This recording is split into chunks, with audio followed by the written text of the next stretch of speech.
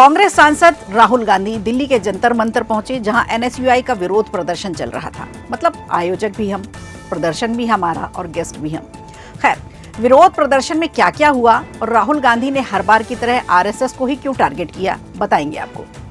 वहीं दूसरी तरफ भोपाल टू बिहार की पॉलिटिक्स तक कैसे छाप छोड़ना चाहती है मध्य प्रदेश की भाजपा सरकार। क्या है बिहार चुनाव से पहले मध्य प्रदेश का कनेक्शन जो राजा भोज से जोड़ा गया, बताएंगे आपको। नमस्कार, खबर प्रधान शो देख रहे हैं आप और मैं हूं संगीता श्रीवास्तव।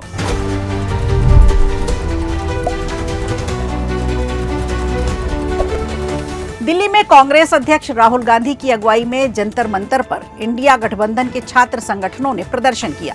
दरअसल देश भर में बेरोजगारी के मुद्दे को लेकर छात्र संगठन संसद मार्च निकाल रहे हैं। छात्र संगठन नेशनल एजुकेशन पॉलिसी यानी एनईपी की नियुक्तियों पर यूजीसी के प्रस्तावित दिशा निर्देशों को वापस लेने और छात्र संघों की बहाल करने की मांग उठा रहे हैं। राहुल गांधी ने कहा कि देश में सबसे बड़ा मुद्दा रोजगार का है और सरकार इस मुद्दे पर हमेशा चुप रहती है। राहुल गांधी ने यह भी कहा कि आरएसएस देश के एजुकेशन सिस्टम को खत्म कर रही है और आने वाले वक्त में किसी को भी रोजगार नहीं मिलेगा। हम छात्र हितों से समझौता नहीं करेंगे, ये बात कही राहुल गांधी ने प्रदर्शन के दौरान। राहुल गांधी ने महंगाई को भी टारगेट किया। वाइस चांसलर की नियुक्तियों को लेकर भी उन्होंने अपनी बात रखी। अब अगर राहुल गांधी की इस बात पर गौर करें तो समझ में आता है कि राहुल गांधी कहीं कुछ गलत भी नहीं कह रहे। उनका कहना कहीं ना कहीं सही भी है, लेकिन क्या उन्होंने उन इतिहासकारों पर नजर डाली है, उनकी किताबों पर नजर डाली है जो अपनी वामपंथी विचारधारा से पूरा इतिहास काला पीला कर गए हैं। आक्रांताओं के पक्ष में तो शौर्य गाथाएं लिखी और देश के वीर योद्धाओं को कहीं छुपा दिया, उन्हें कहीं जगह नहीं दी। खैर, आरएसएस का विरोध करना तो कांग्रेस का कोर एजेंडा है ही, लेकिन विरोध तब तक सही है जब तक बात पर राजनीति ना आए।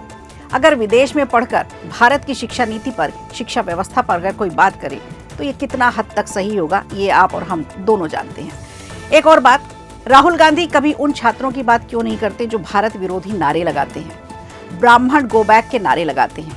टुकड़े टुकड़े गैंग भी तो इसी यूनिवर्सिटी से निकले हैं और इसी यूनिवर्सिटी में ऐसे नारे लगे हैं। कभी उन पर राहुल गांधी को इस तरह से बरसते हुए नहीं देखा।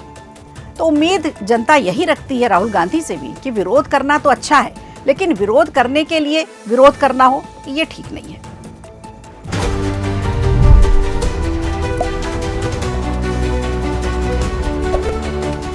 चलिए बात करते हैं चुनावी साल की। तो बिहार का साल चुनावी साल है और चुनावी साल में आ गया है बीजेपी का नया मास्टर प्लान। क्या मध्य प्रदेश से निकलने जा रहा है बिहार चुनाव का कनेक्शन? भोजपुरियों का राज्य यानी बिहार, यहाँ क्या होने जा रहा है और भाजपा की एनडीए सरकार का क्या राज है? दरअसल चर्चा इस पर इसलिए हो रही है जब से मोहन सरकार ने भोजपुरी समाज के लिए एक ऐलान किया है। देखिए, बिहार में इस साल चुनाव होने हैं और सियासत इसके इर्द गिर्द ही घूमेगी। चुनाव को देखते हुए भाजपा ने बिहार के उन सभी कोर वोटर्स को साधने के समीकरण बनाने शुरू कर दिए हैं जो दूसरे राज्यों में रहते हैं। आपको बता दें, कल यानी 23 मार्च को मध्य प्रदेश के भाजपा प्रदेश कार्यालय में बिहार दिवस मनाया गया। गौर करने वाली बात यह है कि बिहार में तो मध्य प्रदेश दिवस कभी नहीं मनाया गया और वो मनाएंगे भी नहीं, लेकिन मध्य प्रदेश में बिहार दिवस मनाया जाएगा। इसकी बड़ी वजह भी है, वो ये कि यहाँ निवास करने वाला भोजपुरी समाज एक बड़े तबका है। बीजेपी कार्यालय में एक जबरदस्त सभा का आयोजन किया गया। इस कार्यक्रम में खुद सूबे के मुखिया सीएम डॉक्टर मोहन यादव मौजूद रहे।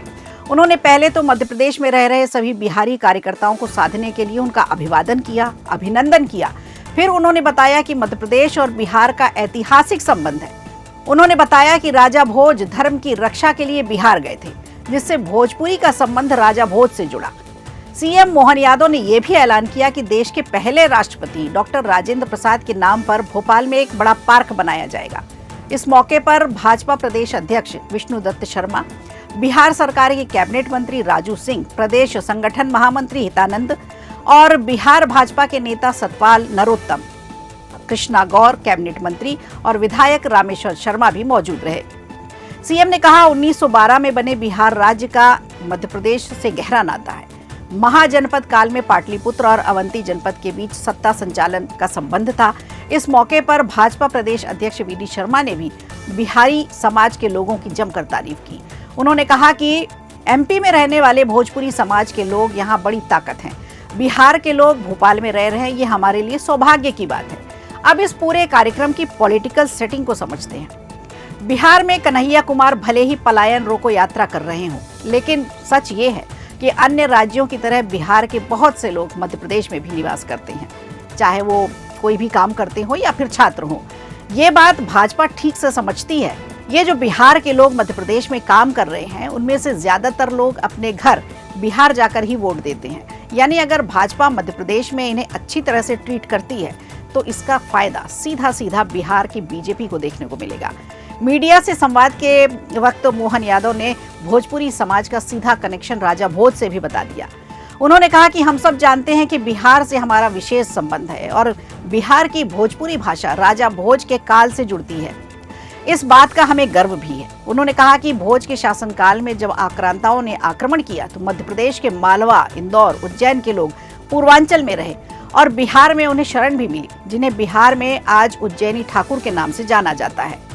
तो ये कह सकते हैं कि बिहार दिवस पर बिहार चुनाव की दस्तक मध्य प्रदेश में हो गई है और ये मध्य प्रदेश में बसे भोजपुरी समाज के लिए मोहन की मीठी मीठी वाणी निश्चित तौर पर वोटों की संख्या बढ़ाने के लिए है। आपको याद होगा जब मध्य प्रदेश में सीएम के लिए डॉक्टर मोहन यादव का नाम आया तो चर्चा इस बात की सबसे ज्यादा थी कि बिहार के लालू यादव और यूपी के अखिलेश यादव के लिए बीजेपी का ये जवाब है जिसे चुनाव में भुनाया जाएगा। तो यूपी के चुनाव तो 27 में है। फिलहाल यादव कनेक्शन बिहार से सीधा जुड़ता दिखाई दे रहा है। तो खबर प्रधान में आज के लिए इतना ही। दीजिए इजाजत, नमस्कार। वीडियो अच्छा लगा हो तो लाइक कीजिए, शेयर कीजिए और कमेंट बॉक्स में हमें जरूर बताइए।